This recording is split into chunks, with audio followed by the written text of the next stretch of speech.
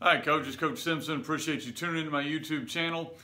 This week's theme is going to be a little bit kind of eclectic or spread out a little bit. We're going to be mainly talking about organization. Earlier I talked about how to put together our buck hurdles this week, and that's something on there. If you haven't already checked that video out, you can go back and look at it. Just talks about the way we set them up, but really anything we're doing, we're trying to be a little more efficient or organized in what we're doing. A couple weeks ago, I got the privilege of getting to talk with Tony Holler. That recording's on my website as well, and got to kind of really challenge myself on what is essential. What is the most important thing? And it really got me thinking about, okay, not just in the weight room in the off season, but what is the most essential thing in practice? What is the most essential thing when I'm meeting with my coaches? What is the most essential thing during the game? And kind of get rid of a lot of the fluff. I'd been doing a lot of things because I had been doing a lot of things, and I'm sure there was a reason at some point, but if I couldn't go back and figure out that's why I did that, I looked at trying to get rid of it. And that's kind of what I've been doing, is kind of cleaning out and trimming up and trying to go with what's the most essential and then build from there. So today I'm going to talk about practice schedules, a general guide to practice schedules. If you would like to get super in depth, I have a couple courses on CoachTube, and I've actually got a couple of things on my website that walk through much more fully than I'm going to do right now on practicing. But here's the things I want to hit on practicing. When you're looking at organizing your practice, first of all, you know that I'm going to type things because this doesn't look very good.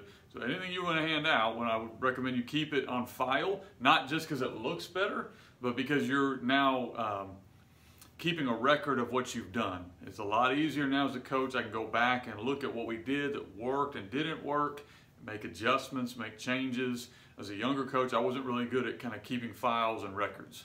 Now that the digital age, there's no excuse for a coach not to have years worth of practice schedules now you can go back at and evaluate and look at.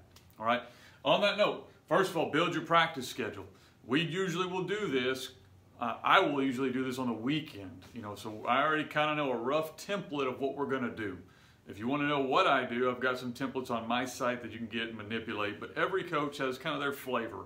But the main thing is that the practice schedule is to have a theme of what's most important and what you're trying to work on, and make sure that that gets accomplished. A lot of times I'll set out a general practice schedule, won't really think about it, put stuff in there. I got some drills done, I'm sure we got something accomplished, but I want to be much more intentional with what we're trying to accomplish in that practice, whether that's getting ready for a specific opponent, whether that's improving in one specific area, offense or defense, whatever that is, we want to be super intentional and have a theme on that schedule.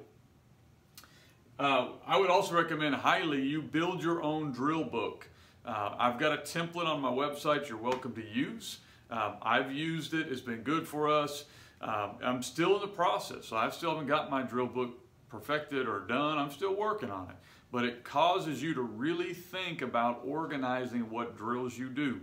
I don't know how many times we've run drills, kind of gone back and tried to figure out, why are we running that drill? How does that really impact our team? I mean, it could be a great drill, but it's not something that we're going to use a lot. And so building a drill book will not only make sure your drills are run correctly with your assistant coaches, but it'll also make sure you have to organize how they're run, what's the most important coaching point on that, so that you're going to get a young coach at some point. Guys are really willing to work, they're great people, but they've not done this before, and you need to be able to provide them answers instead of just send them out to coach and not really give them any guidance. And like I said, if you want just at least a template, you can go to my website. There's one on there. There's probably a lot of other ones if you don't like mine. Okay, periods. Your practice periods, you need to figure out how long you want to go. I would highly recommend do not go over really an hour and a half, 2 hours at the most in your practices. Again, going back to kind of Tony Holler deal, I don't know if I'm completely sold out to him, but I am sold out to this part. He said, don't burn the steak, and I thought that was a really good point. Don't wear your kids out Monday, Tuesday, Wednesday, Thursday, and expect them to perform at a high level on Friday.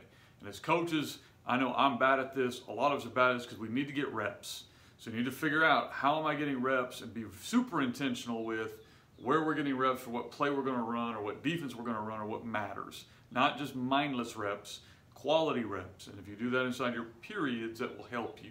I go 5-minute periods. Other coaches can do different ones, however you want to do it. And again, I've got any of this stuff you want to see, guys, you can go to my website. I'll have at least a template so you can kind of get it. All right. Then you want to build up practice. You want to start off with individual. Usually you're going to start with some kind of dynamic warm-up or whatever it's going to be for you. We usually try to do inside of our position groups if possible. Okay. But then you're going to have individual drills. Again, that should come out of your drill book. Those should apply to the theme. All of that stuff should be super organized. Okay. Then pod work is unique to me. That kind of comes to those buck hurdles I was showing earlier. It's where we're taking groups that might not necessarily usually match up together, but we're trying to accomplish something. So for us, that's where pods came from. Run a buck sweep, guards and running backs go together. Running counter, tight end and guard goes together. Okay, defensively, you could think about it, hey, we really struggled on screens, so we're going to put our outside backers and our corners together, working on fitting on screens. Or our safeties didn't fit in the run game, they're going to come with our linebackers and work on that. So that's pod work, where you're kind of not fully in a group, but you're working groups together. Then you have group work. That could be inside drill. Big one is 7-on-7, generally where you're kind of working two ends of the field. And then you work team, and that should be a build-up. It shouldn't be slow moving all the way through. And some teams are big on we're high speed the whole way. I'm not all the way there yet. Some teams are way too slow. I don't want to be there.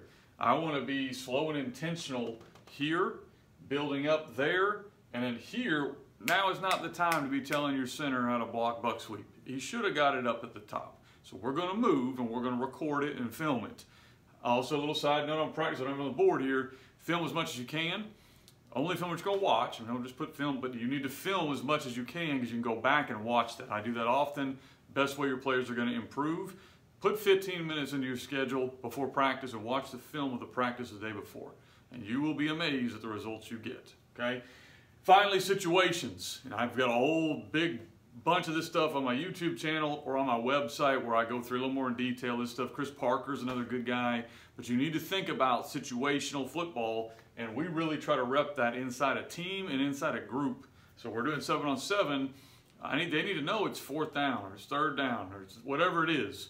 Okay, if it's team, we need to move the ball from hash to hash, from the 20 to the 10 over here, from the coming out, from 3rd down situations, 4th down situations, 1st and longs, 1st and shorts.